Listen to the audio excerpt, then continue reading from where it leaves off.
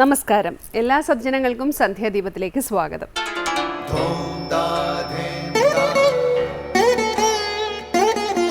ശുഭം ഭവതു കല്യാണമായുസാരോഗ്യവർദ്ധനം സർവദുഃഖ വിനാശായ സന്ധ്യാദീപം നമോസ്തുതേ. നാമം ജപായനം പുണ്യം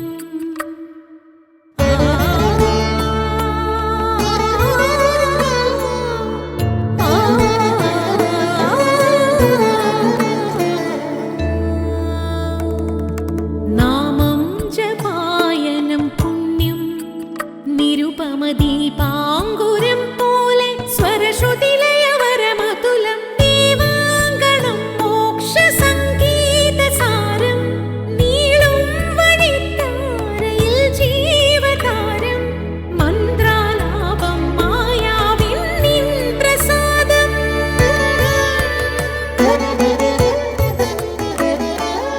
ഇരുൾ നീങ്ങിയുണരുന്ന തെളിനാളദീപം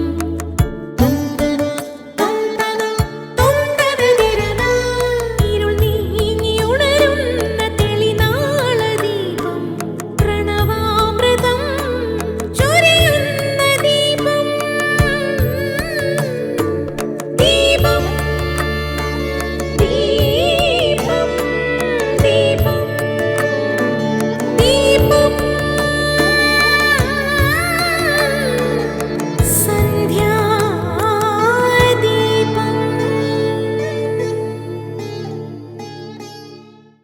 ഇന്ന് ശ്രീരാമ മഹാനവമി. മഹാവിഷ്ണുവിൻ്റെ 7ാമത്തെ അവതാരമായ ശ്രീരാമൻ്റെ ജന്മദിവസം. ചൈത്രമാസത്തിലെ വെളുത്ത പക്ഷത്തിലെ നവമി ദിവസത്തെയാണ് ശ്രീരാമ നവമി എന്ന് പറയുന്നത്. വ്രതം നോറ്റും ശ്രീരാമ മന്ത്രം ജപിച്ചും ഭാരതീയർ ധർമ്മവിഗ്രഹമായ ശ്രീരാമ അവതാര ദിനം ആഘോഷിക്കുന്നു. ശ്രീരാമക്ഷേത്രങ്ങളോടൊപ്പം മറ്റ് ക്ഷേത്രങ്ങളിലും പൂജാ ചടങ്ങുകളും നടക്കുന്നു. ഈശ്വര അവതാരമായ ശ്രീരാമൻ മനുഷ്യനായി ജനിച്ച് മനുഷ്യജീവിതത്തിൻ്റെ എല്ലാ ഘട്ടത്തിലൂടെയും കടന്നുപോയി. രാജകുമാരനായ അദ്ദേഹം അച്ഛനമ്മമാരുടെയും സ്വഭാവ വൈകല്യങ്ങൾ ഏറെയുള്ള ബന്ധുജനങ്ങളുടെയും തണലിലും പരിലാളനയിലും വളർന്നു. ഗുരുവിൽ നിന്ന് വിദ്യകൾ അഭ്യസിച്ചു. തന്നിലെ അനന്ത സാധ്യതകളെ ഒന്നൊന്നായി അനാവരണം ചെയ്തു. ക്രമേണ മനുഷ്യതലത്തിൽ നിന്നും ഈശ്വരതലത്തിലേക്ക് മുന്നേറുന്നു. ആ ശ്രീരാമൻ ജീവിതത്തിൻ്റെ പ്രകാശപൂർണവും ഇരുളടഞ്ഞതുമായ വശങ്ങൾ കാട്ടിത്തന്നു. പ്രകാശത്തിൻ്റെ വശം ചേർന്നിരിക്കാൻ നമ്മോട് ആവശ്യപ്പെടുന്നു. പ്രകാശത്തിൻ്റെ വംശമായ സൂര്യവംശത്തെ പിന്തുടരാൻ ആവശ്യപ്പെടുന്നു. തമസിൻ്റെ നിശാചര വംശത്തെ ഉന്മൂലനം ചെയ്ത ശ്രീരാമൻ പ്രകാശത്തിൻ്റെ മാർഗത്തിലൂടെ സഞ്ചരിക്കാൻ നമ്മെ പ്രേരിപ്പിക്കുന്നു. എല്ലാവർക്കും ശ്രീരാമ നവമി ആശംസകൾ നേരുന്നു. ഇനി ഗുരുവചനം കേൾക്കാം. സ്വന്തം മനസാക്ഷിയെ തൃപ്തിപ്പെടുത്തുന്നതും മറ്റുള്ളവരെ സന്തോഷിപ്പിക്കുന്നതുമായിരിക്കട്ടെ നിന്റെ ജീവിത ലക്ഷ്യം. സ്വാമി ചിന്മയാനന്ദ സരസ്വതി.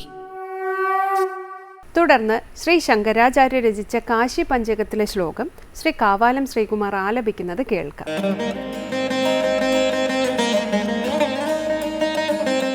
മനോനിവൃത്തി പരമോപശാന്തി സാതീർത്ഥവർയ മണികർണികാ ച ജ്ഞാനപ്രവാഹ വിമലാദി ഗംഗാ സാ കാശികാഹം നിജബോധരൂപ. സന്ധ്യാദീപം.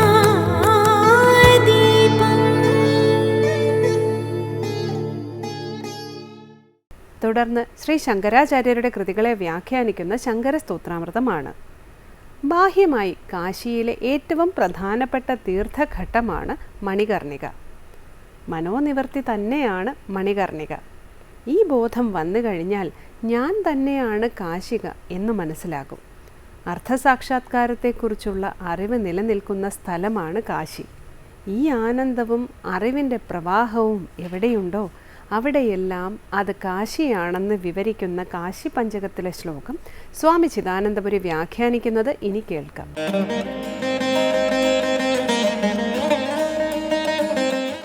ശ്രീ ശങ്കര കൃതികളിൽ കാശി പഞ്ചകമാണ് നമ്മൾ ശ്രദ്ധിക്കുന്നത്. കാശി എന്ന ശ്രേഷ്ഠമായ തീർത്ഥസ്ഥാനം,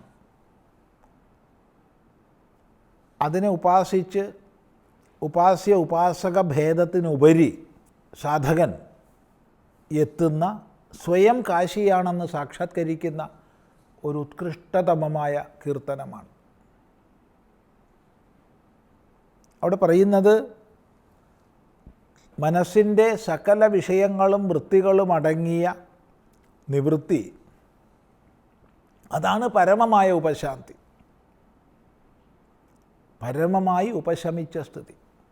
ആ തീർത്ഥവര്യയാണ് മണികർണിക, അല്ലെങ്കിൽ അതാണ് തീർത്ഥവര്യ, അതാണ് മണികർണിക. കാശിയിലൂടെ പതിതപാവനിയായ ഗംഗ ഒഴുകുകയാണ്. ഇവിടെയാകട്ടെ ജ്ഞാനപ്രവാഹ വിമല ആദിഗംഗ, വിമലയായ ആദിഗംഗ ജ്ഞാനപ്രവാഹമാണ്. തന്നിലുള്ള അഭിന്നമായ ജ്ഞാനവൃത്തികളുടെ പ്രവാഹം, അത് അവിദ്യാവിലയത്തിൽ സംഭവിക്കുന്നതാണ്. അവിദ്യാവിലയത്തിലേക്ക് നയിക്കുന്നതാണ് മനോനിവൃത്തി എന്നുള്ളത്. അതിൻ്റെ പരിണാമമാണ്, പരമമായ ഫലമാണ് പരമോപശാന്തി എന്നത്. അപ്പം മനസ്സടങ്ങി പരമമായി ഉപശമിച്ച ആ സ്ഥിതിയാണ് ഏറ്റവും ശ്രേഷ്ഠമായ തീർത്ഥം. അതുതന്നെയാണ് മണികർണിക.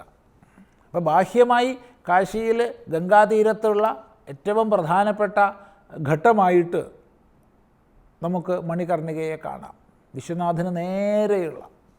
എന്നാൽ ഇവിടെ ഈ മനോനിവൃത്തി തന്നെയാണ് മണികർണിക.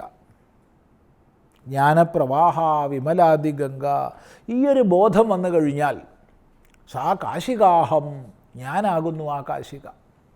എല്ലാത്തിനെയും പ്രകാശിപ്പിക്കുന്ന യാതൊരു കാശികയുണ്ടോ, അഥവാ സ്വാർത്ഥത്തിൽ കാശി തന്നെയാണ് കാശിക. സ്വാർത്ഥത്തിൽ എന്ന് പറഞ്ഞാൽ സ്വാർത്ഥത്തിൽ കാ പ്രത്യയം വന്നാൽ കാശി തന്നെയാണ് കാശിക. അപ്പം ഞാൻ തന്നെയാണ് കാശിക. എന്താണ് കാശിക സ്വരൂപം? നിജബോധരൂപ. അവിദ്യാവൃത്തികൾ, അജ്ഞാനവൃത്തികൾ മുഴുവൻ നീങ്ങിയാൽ സച്ചിദാനന്ദഭാവത്തിൽ സ്വയം പ്രശോഭിക്കുന്ന കാശിക, അതാണ് ഞാൻ. ആ പ്രത്യേകാത്മരൂപമാണ് ഞാൻ. ഇത് ആത്മബോധത്തിൽ മനസ്സടങ്ങി പരമമായ അവിദ്യാനിവൃത്തിയിൽ സച്ചിദാനന്ദ സ്വരൂപമാണ് താനെന്നുള്ള ബോധ സാക്ഷാത്കാരത്തിൻ്റെ സ്ഥിതിയാണ്. വാസ്തവത്തിൽ ആ സ്ഥിതിയാണ് കാശി. ആ സ്ഥിതിയിലിരിക്കുന്ന താനാണ് കാശി. ആ കാശിയിലൂടെ പ്രവഹിക്കുന്ന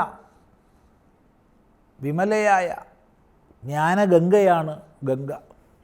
പരമമായ മനോനിവൃത്തിയാണ് ആ കാശിയുടെ പരമോപശാന്തി എന്നുള്ള ഫലം. എത്ര ശ്രേഷ്ഠമായൊരു ദൃഷ്ടിയിലേക്ക് ഇവിടെ സാധകൻ ഉയരുകയാണെന്ന് നോക്കൂ. വാസ്തവത്തിൽ ഇവിടെ ഒന്നിനെ നിരസിക്കുകയല്ല. കാശി എന്ന ബാഹ്യമായ തീർത്ഥക്ഷേത്രത്തെ നമ്മൾ ഒഴിവാക്കുകയല്ല, നിരസിക്കുകയല്ല, അതൊന്നും വേണ്ട എന്നല്ല. മറിച്ച് അതിലേക്ക് ഉത്കൃഷ്ട ദൃഷ്ടിയെ കണ്ട്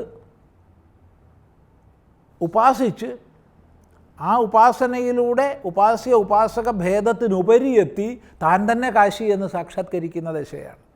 വിഷ്ണുപാസനയിലൂടെ പരമമായ തത്വബോധത്തിലേക്ക് ഉയരുന്ന സാധകൻ, ശിവോപാസനയിലൂടെ പരമമായ തത്വബോധത്തിലേക്ക് ഉയരുന്ന സാധകൻ, ദേവി ഉപാസനയിലൂടെ പരമമായ തത്വബോധത്തിലേക്ക് ഉയരുന്ന സാധകൻ വിഷ്ണുവെയോ ശിവനെയോ ദേവിയെയോ നിന്ദിച്ചൊഴിവാക്കുകയല്ല ചെയ്യുന്നത്.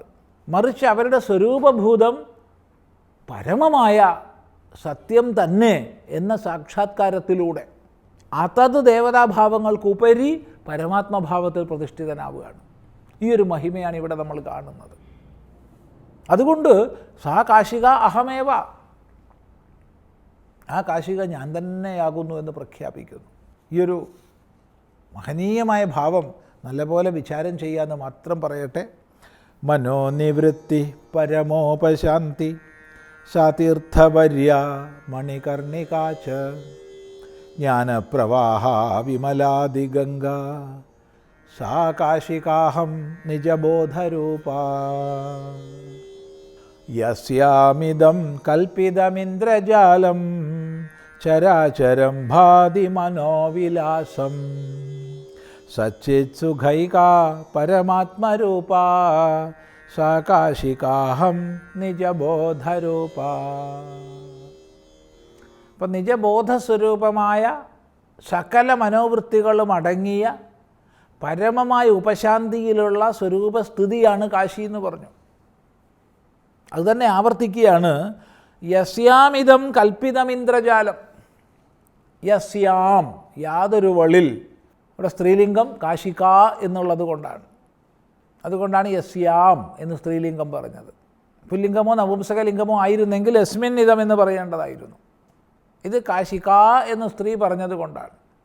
അപ്പോൾ യസ്യാമിതം കൽപ്പിതം ഇന്ദ്രജാലം, യാതൊരു വളിലാണോ ഈ ഇന്ദ്രജാലം മുഴുവൻ കൽപ്പിക്കപ്പെട്ടിട്ടുള്ളത്. ചരാചരം ഭാതി, ചരാചരാത്മകമായ സകലവും നിലകൊള്ളുന്നത്, പ്രകാശിക്കുന്നത്. എന്ത്? മനോവിലാസം, മനോവിലാസമായിട്ടുള്ളത്. ആ അധിഷ്ഠാന സത്യം തന്നെയാണ് കാശി, ആ അധിഷ്ഠാന സത്യം തന്നെയാണ് ഞാൻ എന്ന് അനന്യതയെ, അഭേദജ്ഞാനത്തെ വെളിപ്പെടുത്തുന്നു. ആ ഭാഗം നമുക്ക് അടുത്ത പ്രാവശ്യം ശ്രദ്ധിക്കാം. ഏറ്റവും ഒടുവിലായി ദീപാരാധനയാണ്. അതിനു മുമ്പ് ക്ഷേത്രത്തിലെത്തി അവിടുത്തെ ഐതിഹ്യങ്ങളും മറ്റ് വിശേഷങ്ങളും അറിഞ്ഞ് മംഗളാരതി തൊഴുതു മടങ്ങാം. എല്ലാവർക്കും നമസ്കാരം.